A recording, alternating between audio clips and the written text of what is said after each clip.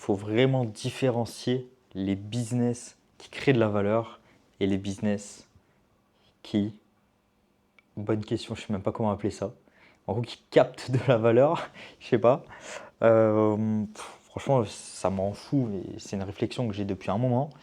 Alors certes, le contexte fait que je bosse dans un domaine où je vois la plupart des projets, il n'y a pas de création de valeur, donc en Web3. Et aussi, la startup pour laquelle je bosse, on apporte une vraie utilité qui est très rare. Donc voilà, le contexte fait que je peux avoir cette réflexion. Certes, ça ne va pas plaire à tout le monde parce que c'est craché d'une certaine façon sur des business différents. C'est juste des modes de vie différents et c'est le monde capitaliste et puis chacun essaye de tirer la couverture de son côté. Mais voilà, aujourd'hui, clairement, les business, les nouveaux entrepreneurs, ce qu'on appelle, ça va être quoi? C'est du coaching, de coach pour devenir coach. Alors, c'est coach, de coach, de coach. Bon, ça fait des années que ça existe. Ok. Mais même pour les boîtes du style des startups, etc., en fait, j'ai l'impression que le but, c'est juste de capter de la liquidité, de capter des fonds et de tirer la couverture à soi. Au final, il y a zéro apport de valeur. Et on est. Bon, c'est un peu le système capitaliste où il y a de la valeur, il y a de l'argent sur le marché, de l'argent auprès des VC qui déploient sur des startups. Les startups développent un produit. La startup se fait revendre. Peut-être il y a une plus-value, donc on va dire le CEO capte de la valeur, les actionnaires captent de la valeur. Mais derrière, au final, la startup, 3 ans après, elle est morte. 5 ans après, elle est morte. Ou alors elle a pivoté sur une autre chose.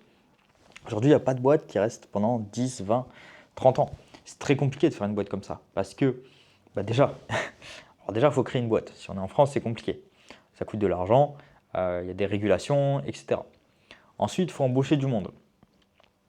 Là, pareil, il ne faut pas embaucher la mauvaise personne, ceux qui se mettent en arrêt maladie, ceux qui vont t'envoyer au prud'homme, etc. Donc toute la partie RH, j'ai même pas envie d'en parler, j'ai jamais mis d'énergie dedans et c'est vraiment la dernière chose que j'ai envie de faire.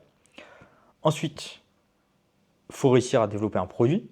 Si le produit est bon et qui fit le marché, c'est quand même de la chance parce qu'on peut très bien créer un produit, un service, mais être sur le mauvais timing. Avec la startup sur laquelle je suis, il y a un projet similaire d'une certaine façon qui s'était lancé il y a 8 ans. Et il y a 8 ans, le marché n'était pas mature pour accepter ça.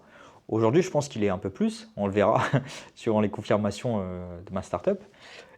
Et peut-être que non.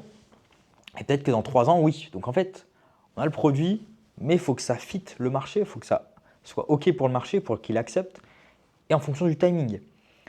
Au-delà de ça, tout ce qui est question de financement, pareil, c'est question de timing. En 2021, c'était très facile de se financer en tant que boîte. Aujourd'hui, ça l'est beaucoup moins. Même si on prend l'exemple crypto, il y avait toutes les ICO. Les ICO, c'était facile de lever des fonds.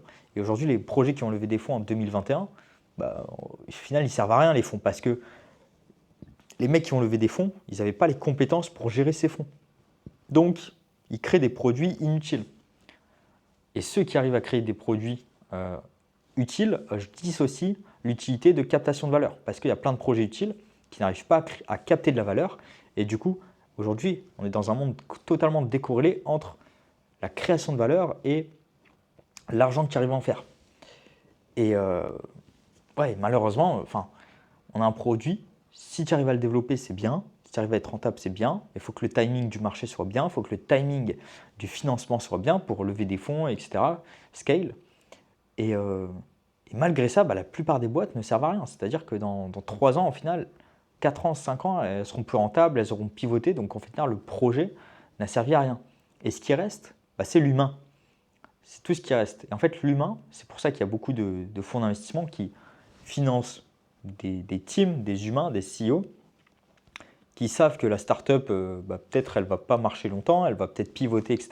Mais en tout cas, l'humain reste toujours là. Donc, au final, c'est toujours le cœur du sujet, c'est que l'humain, le CEO, les cofondateurs soient toujours là et que si sur ce projet ça n'a pas marché d'un point de vue timing ou autre, on sait que l'humain est toujours là. Donc il est capable de pivoter, de refaire une boîte, etc. Donc au final, les fonds d'investissement investissent principalement sur l'humain pour l'aider à se développer.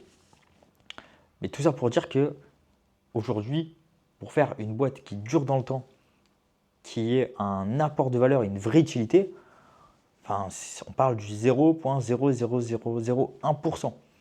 Et moi, je sais pas, ça me rend fou entre toutes les boîtes de marketing, enfin une boîte de marketing, les agences de marketing, tous ceux qui vendent ça.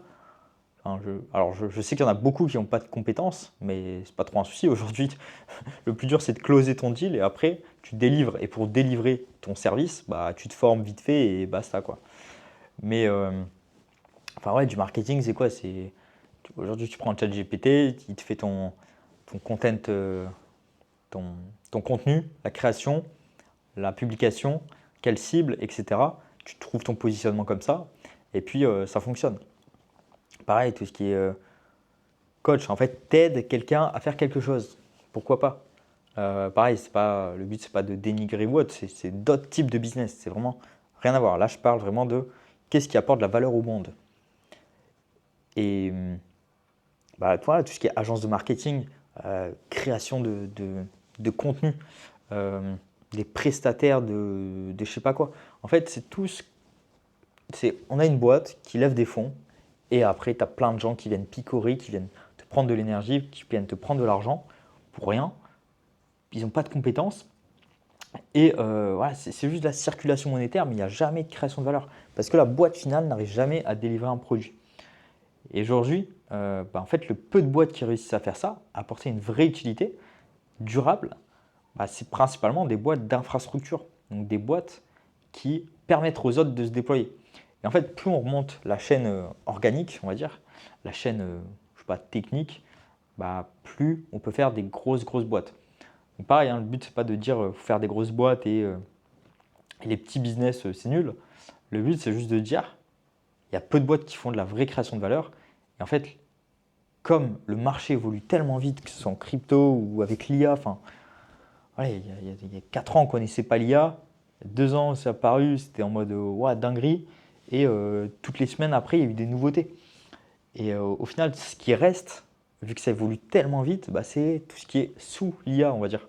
Donc les infrastructures. Donc c'est vraiment là où on peut aller chercher de la valeur. Euh, et c'est là sur quoi je bosse. Voilà, c'est un peu ma réflexion. Aujourd'hui, ça me rend fou de voir le peu de personnes compétentes créer des choses inutiles juste pour capter de la valeur sans en créer. Et ce qui se passe en Web 3, mais c'est ce qui se passe aussi en Web 2. Donc tout ce qui n'est pas centré autour de la communauté, il n'y a rien qui est créé, c'est juste capter de la valeur. Je vends une presta, je récupère mon billet, puis je continue et puis j'enchaîne. Tout ça pour une course à l'argent. Donc voilà, pas mal de réflexions. Je ne sais pas si ça parle à certains. En tout cas, j'avais envie de partager un petit peu ma réflexion du soir.